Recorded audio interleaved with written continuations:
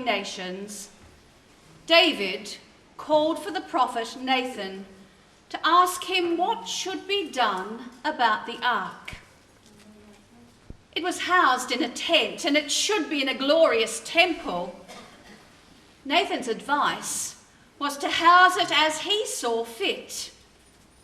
But that night, Nathan had a dream that sent him scurrying back to David. Nathan, what brings you back here so soon? David, you must not do it. You must not house the ark in the temple. Why not? It's not the right time.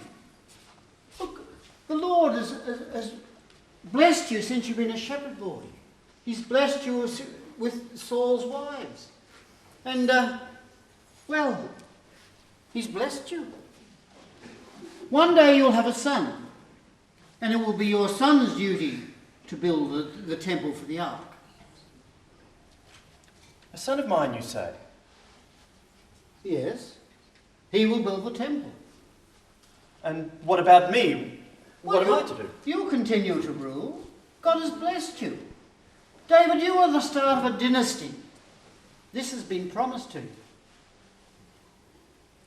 Then I will thank God for choosing such an insignificant person such as I am, and accept my role with humility. So David went to the tabernacle and sat before the Lord. He prayed with great humility. He, a lowly shepherd boy, had indeed been blessed. He thanked God for the awesomeness of it. So David did become famous, and Israel was a force to be reckoned with. David ruled with justice, and he never forgot the God who was with him in all his triumphs. Joab remained general of his army. One day, he began to wonder what happened to the rest of Saul's family. Michal was less than forthcoming and stayed out of his presence. So he summoned Ziba, who had once been a servant to Saul. Are you Ziba, former servant of King Saul? Yes, sir, I am. Tell me, Ziba, who still remains of Jonathan's family? Well, I don't know, sir. I'm not really sure. Don't be alarmed, Ziba. I only wish to know, as I made a solemn promise to Prince Jonathan, that I would look after his family should anything happen to him. He did likewise for me. I now wish to fulfill that promise. Well, so Jonathan's son is still alive. Jonathan had a son. I didn't know that. Where is he? He lives in Lodabar, in the home of Machir. And, sire, he is a cripple. A cripple? How? Well, when Saul and Jonathan were killed and all the family scattered, he was just a child of 5. And his nurse tried to escape with him, and she was running and tripped and fell, and he's been crippled ever since. How awful. What is his name? His name is Mephibosheth, sire. I want to meet him, Ziba. Tell him not to be afraid. I mean him no harm. Yes, sir.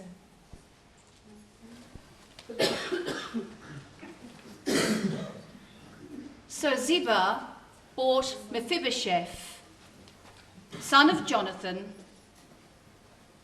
on his crutches, and together they stood before David. So, Ziba, this is Mephibosheth, Yes. son of Jonathan, grandson of Saul. Yes, sir. So, Mephibosheth, your father was Prince Jonathan. Yes, my lord. You do look a little like him. You know, your father and I were like brothers. In fact, he saved my miserable life many years ago. We made a promise to each other that I now wish to fulfill.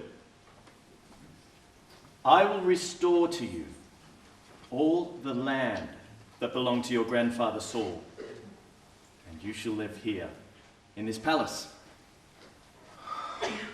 Why would a king show kindness to such a one as me?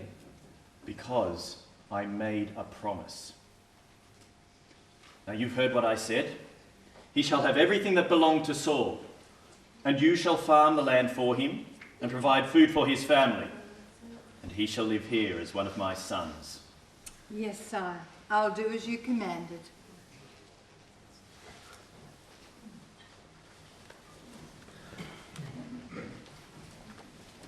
In the spring of the following year, David sent Joab and the army to destroy the Ammonites. There was a lot of that going on too. They began by laying siege to the city of Rabbah. David stayed in Jerusalem. Well, one night he couldn't sleep, and he went for a stroll on the roof of the palace. And as he looked over the city, he noticed a woman of unusual beauty taking her evening bath. He went looking for his servant. Amon! Amon! I am here, my lord. The woman who lives below the northern terrace. Who is she? That would be Bathsheba, my lord. Bathsheba. Yes, she's the wife of Uriah the Hittite, my lord. He's away serving with your... I know where my forces are, Amon. I want you to go and speak with her. What? And tell her that I wish to have a quiet word with her. What, now, my lord? Yes, now, you impudent man! Yes, my lord.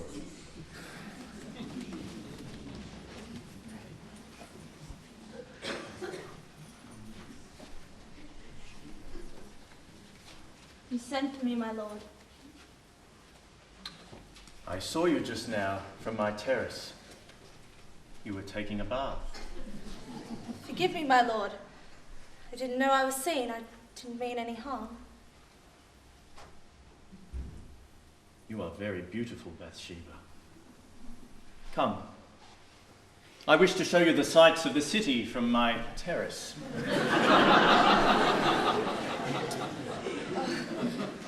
I shouldn't, my lord. It is late. You refuse your king? Of course not, my lord.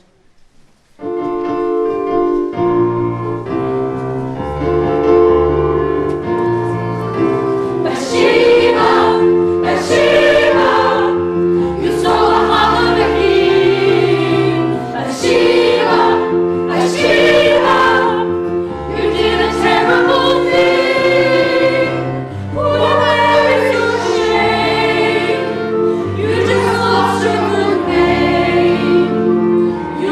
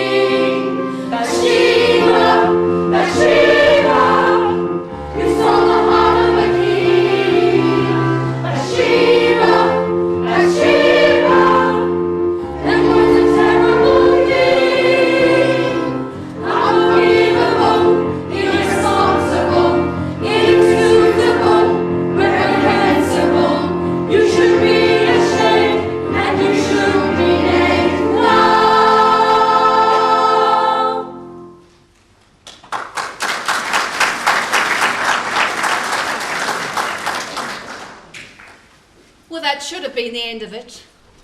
But there was more for David to confront. Some weeks later, Bathsheba sent a message to David. She was having a child. His child. David immediately flew into panic mode, uncertain what to do. Well, he sent a message to Joab at the city of Rabbah and asked him to send Uriah the Hittite home again. When he arrived, David sent for him. Ah, Uriah. My lord. Tell me, how's the battle going? Well enough, my lord. And the troops? Are there many casualties? Some, my lord, but hadn't you better speak to your commander about this? Oh, most certainly, yes. I will send you back with a message for Joab. But in the meantime, I want you to go home and rest. Make the most of this time that I have allowed you. So Uriah left, and David had a present sent to his home, but Uriah did not go home. Instead, he slept at the palace gates with the king's guards. When David heard this, he sent for him again. My lord. You have just returned after a long absence. Why didn't you go home? The men of Israel and Judah are away in battle. My commander Joab and his officers are sleeping in the open. How could I go home to the comfort of my wife at a time like this? I couldn't do such a thing. Then stay another night. And tomorrow, I'll send you back. My lord. So Uriah stayed in Jerusalem that day and the next. David invited him to supper, and even after consuming far too much wine, he refrained from returning to his home. Instead, this time he slept in the guard room. The following morning, David sent for him again. My lord. You must return to the battlefield, Uriah. Here, I have a message for you to give to Joab.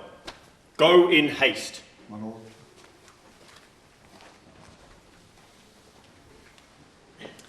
So Uriah returned to the scene of the battle, and immediately he went looking for Joab.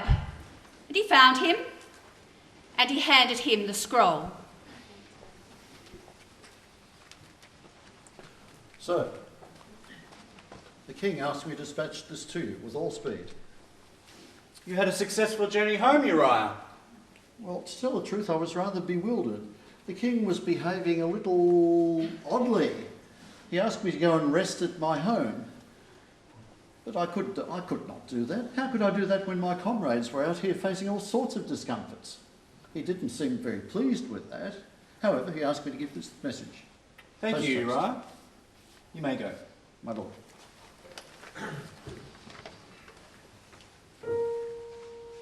What is this you'd have me do? David, have you lost your mind? This is evil, this cannot have come from you. Uriah is a loyal man, one you'd have me sacrifice. Send him to the front line, see if he comes through. David wants Uriah dead. Why, what has he done? He's a man of courage bred. Now it seems his time has come. Surely as I'm standing here, he cannot survive. For left to face the Ammonites, he won't come out alive. You're my liege, I must obey. For your soul I will now pray. Oh, David, you will rule this day.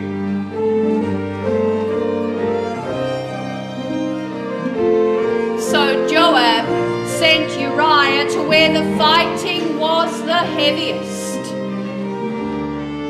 and he was killed, along with other officers in David's forces.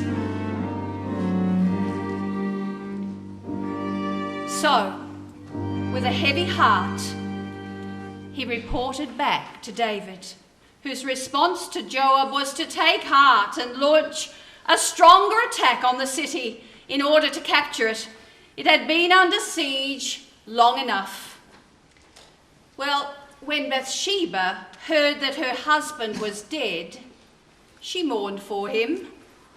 And when the time of mourning was over, David brought her to the palace, and she became his wife. Well, it wasn't long before the prophet Nathan came seeking an audience with him.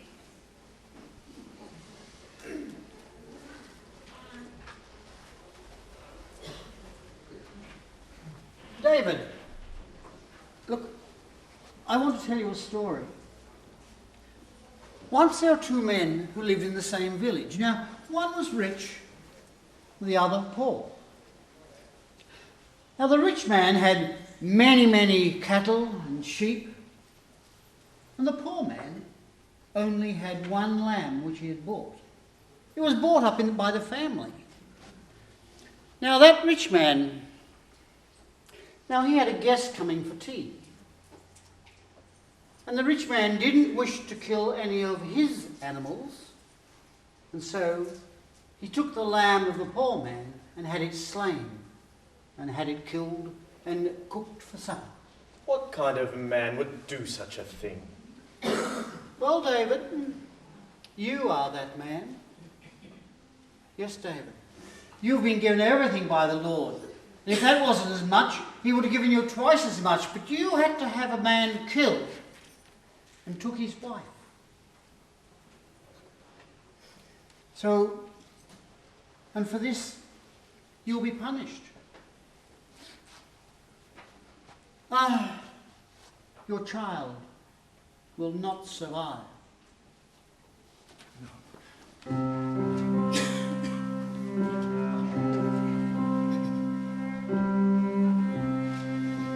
Oh God, be merciful to me because of your constant love for me, and in your great mercy make me clean, for it is against you I have sinned.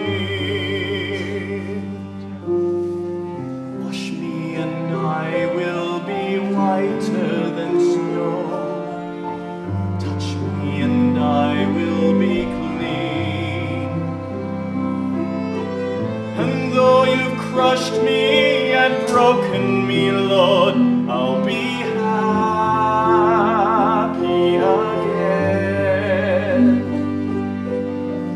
Create a pure heart within me, O God, and set my spirit on you.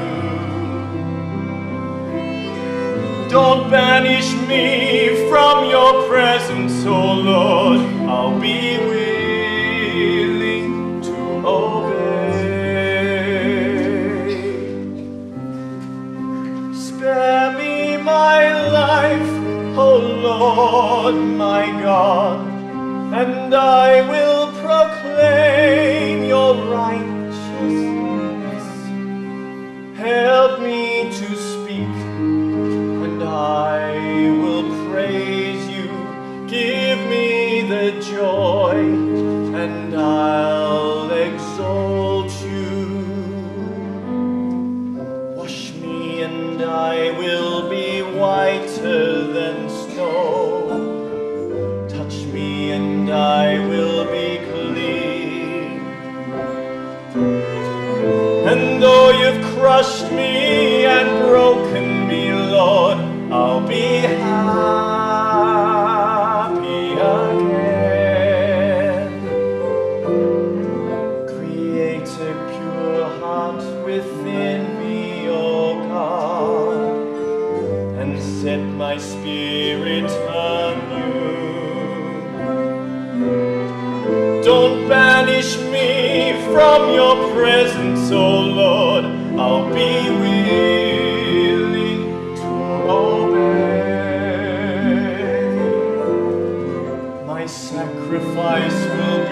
Uriah,